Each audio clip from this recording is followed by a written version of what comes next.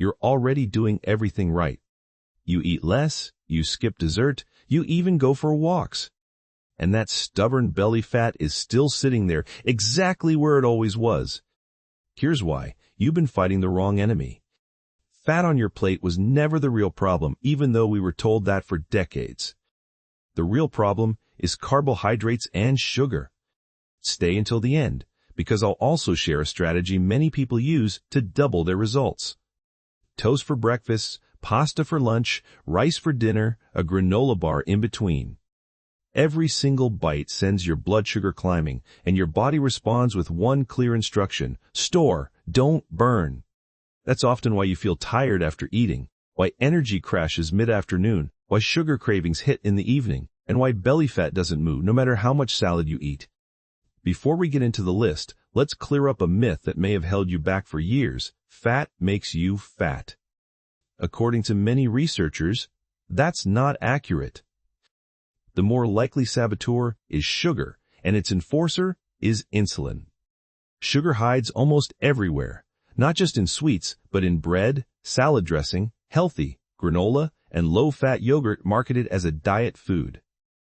Each time you eat it, insulin rises. Think of insulin as a strict warehouse manager. While it's on duty, it tells your cells one thing: store everything, burn nothing. It locks the doors to your fat reserves.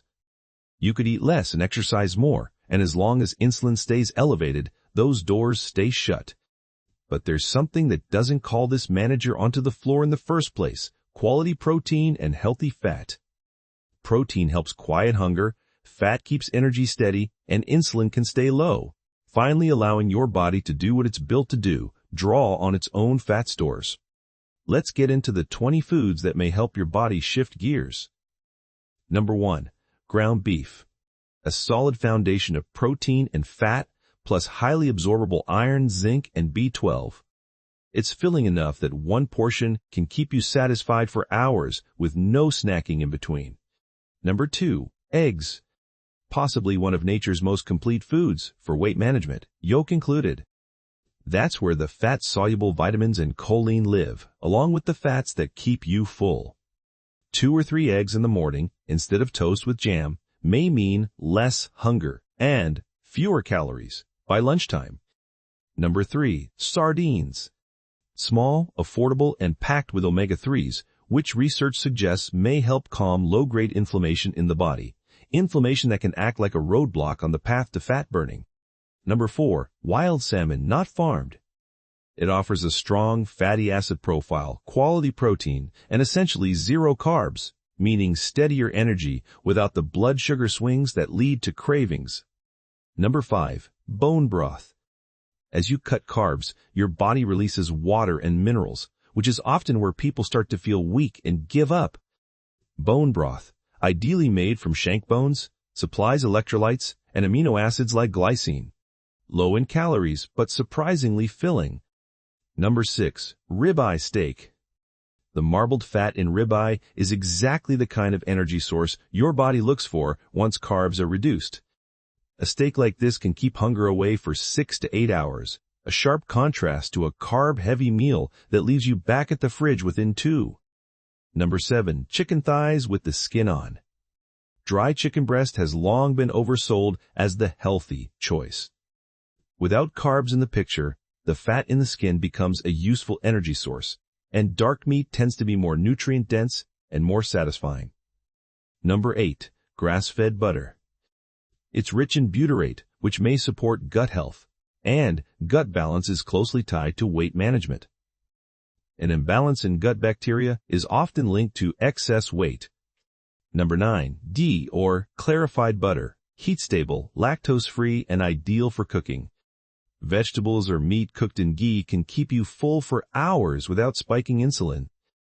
Number 10. Olive oil. Its monounsaturated fats are linked to satiety. A generous drizzle over a salad can keep you satisfied without disturbing blood sugar. If fear of fat has been holding you back, this is one to let go of that fear with. We're halfway through, and the next food is one that may noticeably affect mental clarity. Number 11. Coconut oil. It contains medium-chain triglycerides, or MCTs, which go straight to the liver and convert quickly into energy rather than being stored as fat. Many people report sharper focus and a metabolism boost from a spoonful in their morning coffee. Number 12. Avocado. It has a small amount of carbs, but so much fiber that the net carbs are nearly zero. Its real strength is potassium, which may help prevent the fatigue some people feel when cutting carbs. Number 13. Macadamia nuts. Many nuts hide more carbs than people expect, but macadamias are almost pure healthy fat, a strong swap for chips as long as it stays to a small handful. Number 14. Beef liver. This may not sound appealing, but it's often called one of the most nutrient-dense foods available. The biggest risk while cutting carbs usually isn't hunger, it's nutrient gaps. A small serving once a week delivers iron, zinc, and vitamin A in concentrated form. Number 15. Alpine-style hard cheese. If dairy agrees with you, this is a smart addition, naturally low in lactose and carbs, with calcium and vitamin K2, both of which research links to fat metabolism support. So far, it's been mostly protein and fat. But does this work without big salad bowls? Yes, and the next foods explain why. Number 16. Zucchini. It's mostly water, which means real volume on the plate without meaningful calories. Turn it into fries, sauté it, or spiralize it into noodles. Your stomach feels full, your insulin stays low. Number 17. Raw sauerkraut. Low in carbs, high in fiber, and a natural source of probiotics for gut health. Look for the fresh, refrigerated kind, not versions with added sugar. Number 18. Cucumbers. Nearly 0 calories, nearly 0 carbs, with a refreshing crunch and a good dose of potassium. When the evening chip craving hits, this is the simple swap that actually works. Number 19. Green tea, unsweetened, 0 carbs, and rich in antioxidants that may gently support metabolism. Some studies suggest the compounds in green tea can support fat-burning processes. 1 cup in the afternoon, and sugar cravings often fade. And finally, number 20, the one that sounds the least exciting but matters the most. Salt. As you cut carbohydrates, your body flushes out sodium fast. Without replacing it, you risk the classic symptoms, weakness, headaches, and sudden cravings that derail the whole effort. A large glass of water with a pinch of real salt in the morning can help stabilize blood pressure and energy. Simple, but often the difference between sticking with it and giving up. Those are the 20 foods that may support your body's natural fat-burning ability. Now, the strategy many people pair with this approach, eating 1 meal a day. It sounds extreme, but once your body is used to eating low-carb, it tends to run smoothly on this rhythm. 1 large, nutrient-dense meal gives your body most of the day to draw on its own fat reserves, without constant snacking or blood sugar swings. That said, the meal has to genuinely cover your nutritional needs, and hydration matters just as much. If that feels too intense to start, ease in with a 16-8 intermittent fasting window instead. 16 hours fasting, 8 hours eating, and build from there. Rushing the process can turn what should be a natural shift into pure stress, and stress is closely tied to fat storage around the belly. You don't need to starve yourself. You just need to eat smarter than before.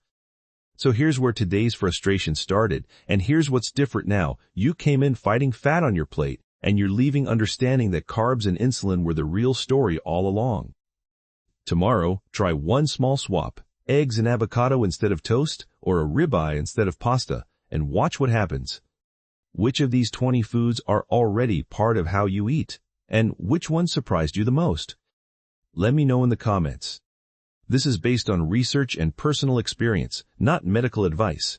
If you're managing a health condition, it's worth checking with your doctor before making major changes to how you eat.